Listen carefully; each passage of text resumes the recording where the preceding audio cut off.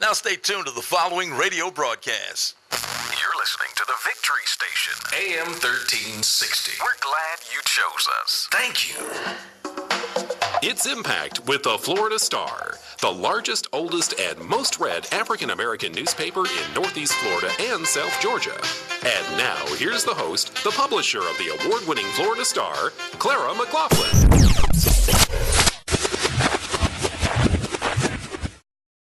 This is Opio. Thank you for tuning in to another edition of Impact. Got a good show lined up for you today. We're going to be talking about police brutality as well as city corruption. For our first interview, we're going to have Minister Mikhail Muhammad, who is the president of the local new Black Panther Party. Also, for the later part of the show, we're going to have on Dr. Warren P. Gray, who is the chairman of the SCLC here in Jacksonville. So you do not want to miss that. We have a big election coming up. Make sure you tune in. Make sure you take action. Make sure you vote. Make sure you have all your IDs that you need, because we know how voter suppression works. So make sure you have those items. Also, make sure you're watching the debates.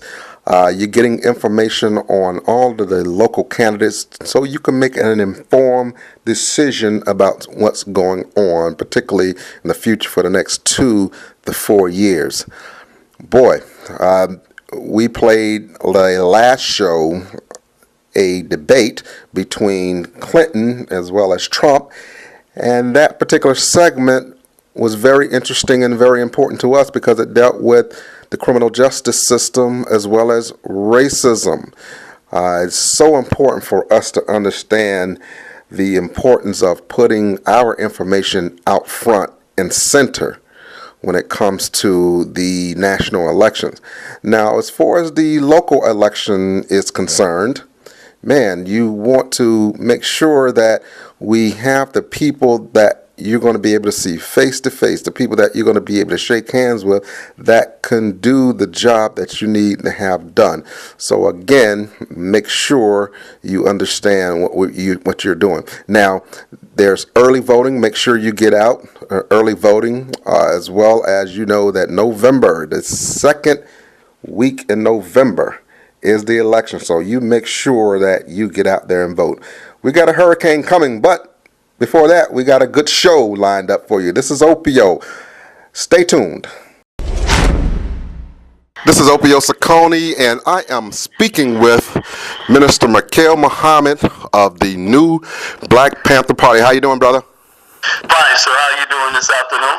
I'm doing well. I'm doing well. Well, I wanted to talk to you about a meeting that you had with Sheriff Mike Williams. Of course, you know, around the country, police brutality is bad and is in the news. Also, locally, we've seen the death of Vernell Bing, and there's a lot of tension and heat on this issue. Tell us a little bit about what happened in the meeting with Sheriff Mike Williams. Well, at the meeting, I was in a conference with the Director of Homeland Security locally in Jacksonville, Florida, the local director of the FBI, as well as a couple other top-notch officials inside the Jacksonville Sheriff's Department. And so it was highly contentious the whole time. Sheriff Williams wanted me to denounce my organization and our position in standing up for the victims in the black community and trying to tie our organization into the shootings in Louisiana and Dallas, Texas, concerning Michael Xavier Johnson and Gavin Long.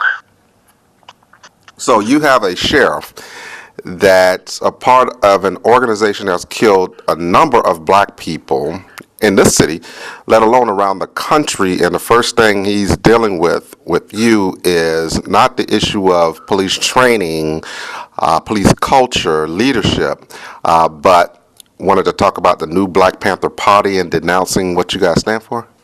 Yes, that was his agenda the whole time. He brought up comments that I've made in past years about members of the Sheriff's Department, the misconduct, the extreme police brutality statements I made, that I said that the Sheriff's Department was a terrorist organization until they changed their conduct and the way they mistreat the black community and poor people in general. I will hold my position.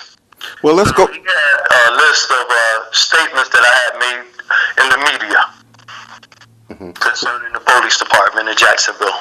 Well, tell us a little bit about the new Black Panther Party. What is the organization? What it stands for? Tell us a little bit about the history of it. The new Black Panther Party is a liberation organization consisting of professionals, educated, everyday black men and women who desire to see a change in the state of black affairs in America and throughout the world. We believe in education, self-development. We believe in the well-being of the black man and black woman. We believe in unity. We believe in coming together with our Christian family, our Muslim family. We're not a religious organization. We're a political organization.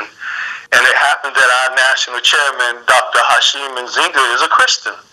So it's a lot of misunderstandings about the new Black Panther Party, that we're a Muslim organization, that we're anti-white. We're not anti-white, we're anti-wrong. We're anti-police brutality. We're anti-oppression and discrimination and racism and raw hatred against the black community. So therefore, we take the hardest stance, because someone must take this stance, this bold stance. And so there are those among our organization who are committed to the liberation and salvation of black people, and we desire to see all indigenous peoples free. But our mission and motive is not hate of white people. We don't have the history nor the track record. We have the position of teaching our people to unite and come together and do that which is in the best interest of black people like anyone else. Now tell us the objective of the meeting with Sheriff Mike Williams. What did you want to accomplish? What did you feel was accomplished? Give us an idea. If you met with him again, what would you talk about? Our position was that the white police officers must be removed from the black community. They have a track record of breaking the law that they're sworn to uphold and protect the law. So we believe that we must bring in a new agenda. We must set our standard and demand what is right for our people. If we're going to have police in the black community, we must have a say-so on who and what and who is involved in police in the black community. And so therefore we came with a plan. We said, Mike, we can alleviate some of these problems in the black community if we remove the white police officers. It won't eliminate all of it, but it will definitely eliminate a lot of it. But at the end of the day, black people must educate themselves and unite and build for themselves and develop for themselves and stop relying on white America to solve our problem, because that has never happened in the early days and is not going to happen in this late stage of the hour. So we went there for that purpose, and I, being a national officer of the new Black Panther Party, a 2-star officer, I was asked by my national chairman to go forward. If they request you, go forward and represent in the best interest. And so he was more concerned about the denouncing the position of the new Black Panther Party. And I told him I could not do such. I told him I stood as a voice for the voiceless. I told him I didn't come down with my head in my hand to ask for any money or donations to keep the anger down and keep our young people silent. I told him that I was a voice and that I was a voice of reason, but we're at the end time and that separation must take place. If two cannot get along in peace, they must go their separate ways. Now, your feeling is that it's white police officers, not only locally but around the country, that's killing blacks, and ultimately we have to look at race-based policing when it comes to the black community? Of course, and we also must create a new standard, and whenever the black officers break the law, they must be held to a high standard, and they must be punished according to the laws that they're sworn to uphold. Today, we don't see that. We see that there are some black officers involved in the murder and brutality as well, that they turn a blind eye because they don't want to lose the comfort zone that they have established as being an officer. And so we must create a new standard today. We must say, look, we pay taxes, so we have a right. When you go to Chinatown in Chicago, New York, and major cities, you see the Asian people policing themselves. So why is it so far-fetched that black people cannot have their own police department? We should have that. We've been here too long. And so we must demand a new day and a new way. This is Opio Speaks. I'm speaking to Minister Mikhail Muhammad. He is the president of the local new Black Panther Party. Now, there's a situation where a Vernell Bing Jr. was shot by Officer Landreville. It looks like in that situation, by eyewitness account, that after the car was crashed, based on some type of a chase, Bing got out of the car disoriented, kind of limping away, and he got shot in the head by Landreville. We saw you out there on 9th and Liberty, where the vigil is currently. Give us your idea of what's going on there, and anything that you can provide in the way of what do you believe some solutions should be with that case is concerned. Well, we must have real organizing. We must be a collective group.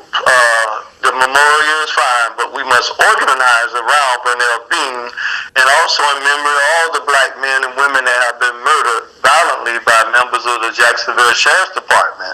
So we must use him as an inspiration and motivation, but also remember all those who have lost their life or those who have been brutalized by police officers in the line of sworn duty.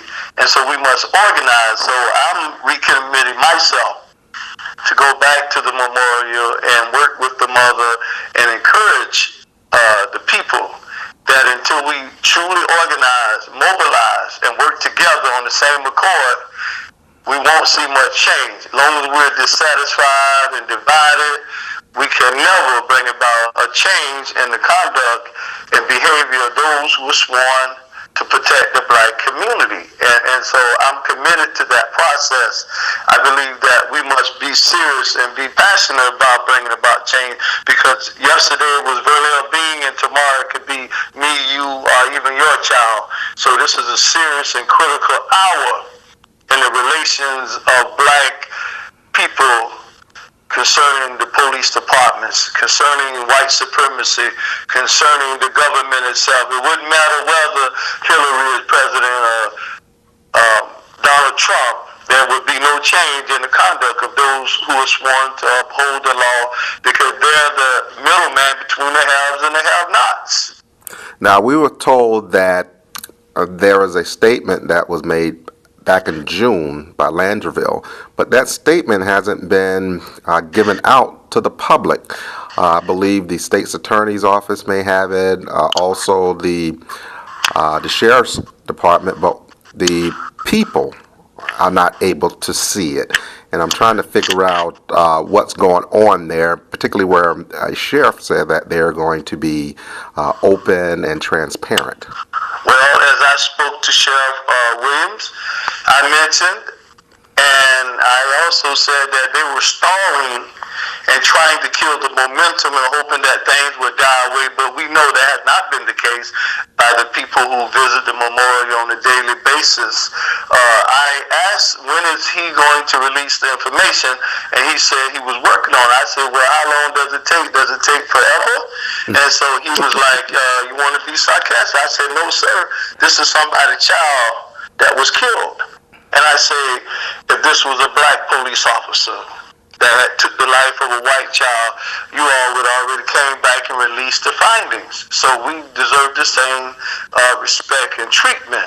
And so it was that type of meeting. It was hard and it was debated the whole time. And I could tell that they're stalling for time, hoping things die down, and the momentum that was built behind Vernell Bing in memory of all the hundreds that they have murdered in the city of Jacksonville. So they're trying to stall with holding back the information that is very vital to the black community, because I told him Jacksonville is a tinderbox. What you see in other cities is going to happen here until you all do justice. All right, there you have it. This is Minister Mikhail Muhammad. He is the president of the local new Black Panther Party. Thank you, brother. Thank you, brother, and look forward to seeing you shortly. Thank you again.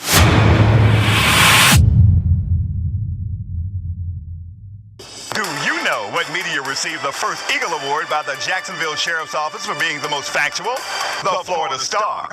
Do you know which media solely addresses issues of concern for African Americans? The Florida Star. Do you know which media carries local, state, national, and international news regarding African Americans? The Florida Star. Do you know the only media that carries a special section for our youth at home and the schedule for 3 black television networks? Now you know the Florida Star.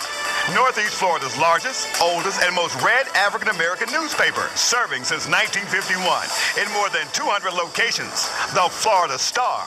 News you can use, news you can trust. The People's Choice, striving to make a difference. Subscribe today. Call 766-8834. That's 766-8834. Pick up the Florida Star at over 200 locations, or to have it delivered, call 766-8834. The Florida Star, speaking truth to power. This is Opio. I'm speaking to Dr. Warren Gray, the chairman of the SCLC here in Jacksonville, Florida. They've gotten into the issue concerning ethics and money, particularly in the city government here in Jacksonville. How you doing, sir? Fantastic. How about you, Opio? I'm doing good. Well, I wanted to ask you a little bit about what is going on there. I know the Florida Star is run on the front page. There's several individuals that really made money off the city government by taking money, moving it from the north side and ultimately going into the pockets of people that were in city government who ultimately left city government and took some cushiony jobs and really made that money. Tell us a little bit about who, what, when, where, why, this whole situation. Well, it looks as if the current chief of staff for Mayor Curry worked for an organization. No, first she worked for Mayor Payton in the housing department. And she left the housing department. And when she left the housing department, she left when Mayor Brown was elected. She went to a business by the name of IGS, where she was a vice president.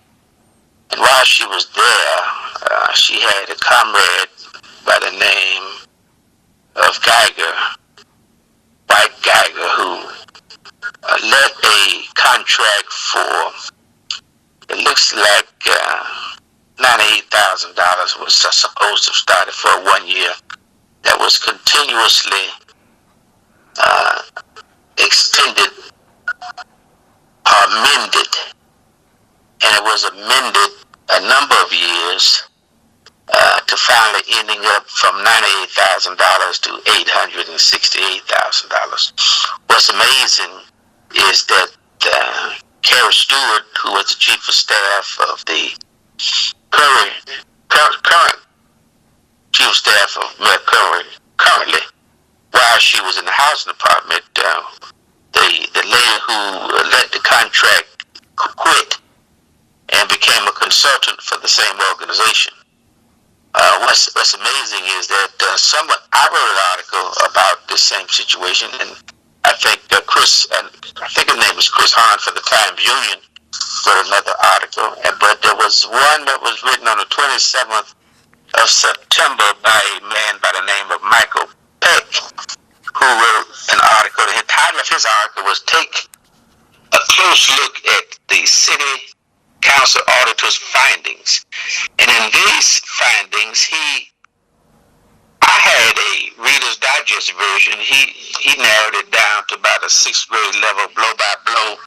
And his final recommendation in his article, and I quote, that the FBI has a responsibility for investigating corruption by government officials.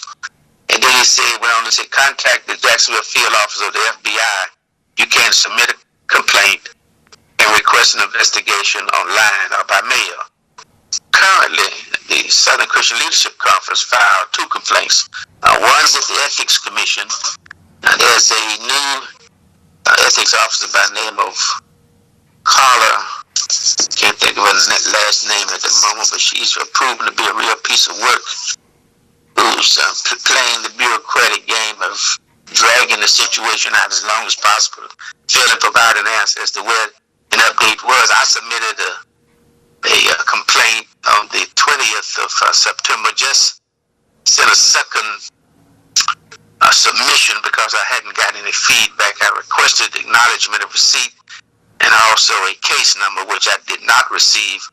I sent one today, and I sent a copy of that to the Florida Times Union editor and also to the folio chief of staff, at which time Carlos Miller, that's her name, replied. So it's amazing how you have to squeeze the city agencies to do their work when it comes to investigating government employees who do not look like you and I. Now, fortunately enough for the city, I can say that the Inspector General Office, on the other hand, received complaints, and they have been very forthcoming and upright and responsive about receiving complaints, and they have provided all the updates I provided. On the other hand, the Ethics Department seem to be stalling and don't want to provide the information whether or not they even received the complaint. So until citizens clearly understand that we have to get involved in what's going on in our city. Now, the most depressing thing about this audit is that the city council person, Brown, in District 10, I think it is, 8, I don't know exactly what district he's in, but he requested funds to do something in his district, and those funds were misdirected from him to pay this contract. And it took him to ask for an audit to discover this. Now, I have been saying since 2005 that the city has moved money around, and they've been doing that ever since Warren Jones was the city council person for District 9. That's one reason why you still have ditches over in College Circle, because the city had funds for that district, but moved it away from that district to somewhere else. Now we have 2016, where the city has moved funds from a black district to pay off a contractor. If ever there was a clear case of misuse of government funds, this is it. If there was a case where the FBI and the Justice Department need to be involved, this is it. And not only are we going to get them involved, but we have to engage, and the Southern Christian Leadership Conference is engaged in this matter, because if we don't stand up to point it out, all black city officials are not, as I stated in an article one time before, what color is justice? All the white-collar criminals in the city don't look like me and you. I clearly remember, and I used for an example in that article, how there was a city council, a city employee who looked like me. I can't think of his name in the moment. I haven't seen him. But he was charged, I think, with $100,000 of misappropriating funds, and the federal judge gave him probation in lieu of prison time, because at the same time that was going on, the judge was watching how white contractors were walking away with millions of dollars concerning funds for the port yard, riverfront properties, just walking away with millions of dollars. So the judge told the FBI to bring him Sweet. His name was Sweet. He said Sweet was a minnow in the sea of white-collar crime. And he asked them to bring some whales who were swimming away with millions of dollars. So this level of governmental corruption in the city of Jacksonville, Florida is just outrageous, and something needs to be done about it. The editor of the Folio Weekly did an article on the current Chief Operations Officer, Mr. Sam Musa, who indicated in her article that there needs to be an in-depth investigation concerning contracts in this city, and if that is done, we will discover that crime, corruption at the city level is just outrageous. This is Opio. I'm speaking with Chairman Warren Gray of the local SCLC. Now, I've gone to a meeting where this was mentioned about these moving around of funds, and the mayor seems like he kind of brushed it off as, well, nothing they say done was illegal. Is it your feeling that something done was illegal, if not incredibly unethical? Well, I've been been saying that all along, and the last article that was published clearly stated that the funds that were used could and let me quote it for you. In the order of White Geiger and the Director of Housing of Neighborhoods, Infinitive was paid with $317,000 originally funded to provide capital improvement projects. Later, another $400,000 was redirected from other capital improvement projects to pay Infinity. Provisions and bond issues the city used to obtain the funds prohibited by law. The use of these funds can be used only for the exception of capital improvement projects. So here's an article in print published by the Times Junior clearly says that it is. And the mayor asked the city council to pass a law to put the funds back to cover it up. So yes, it was and is. So hold on a minute. Now, funds were supposed to go to the north side. They didn't go to the north side because they went into a white firm that ultimately paid private dollars to people that contractors, and ultimately paid people that used to work for the government, who ultimately received those money and put in their pocket. Let's be clear. They work for the city. They work for the city, and then ultimately the chief of staff.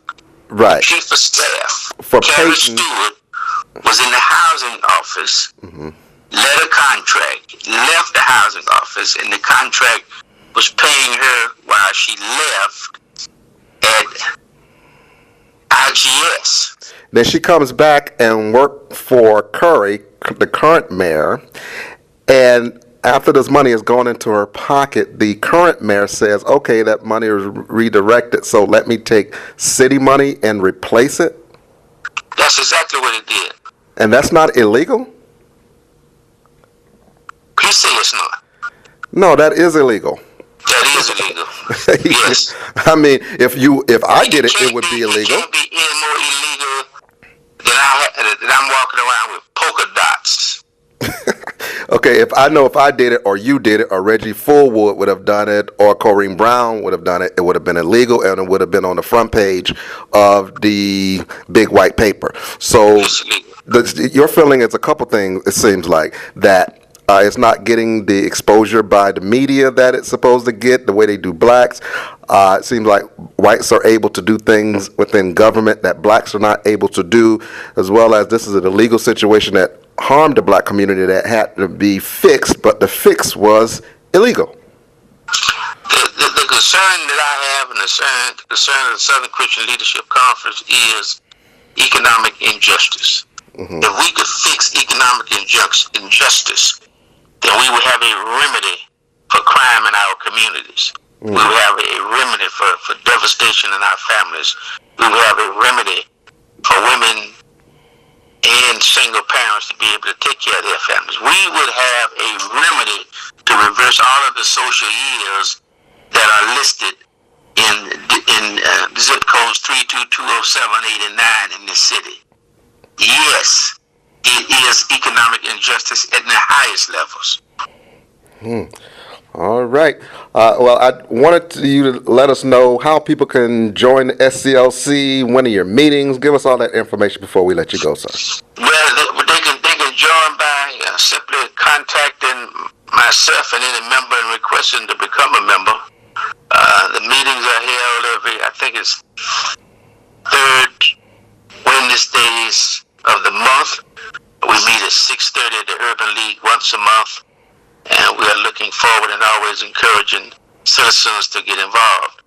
We're concerned about economic injustice in this town. We have a disparity study of 2012, which lists economic injustice that goes back to slavery in the city of Jacksonville, Florida. And we are constantly trying to get the city officials and the mayor to discuss with us how we can work together to reverse the economic trend of injustice in our cities. Unfortunately, it appears as if they don't want to, but we're not going away because Dr. King died to ensure justice for all. Man, and just to let you know, I was the president of the local SCLC, and this was my chairman right here. One of the greatest experiences of my life was being the president of the SCLC here in Jacksonville. Thank you, Mr. Chairman. Thank you, sir. Have a great day, and God bless you. Thank you for tuning in to another episode of Impact. We will see you next time. Be sure to pick up a copy of the Florida Star newspaper and check out Star TV 18.2. This is Opio Speaks. See you next time on Impact.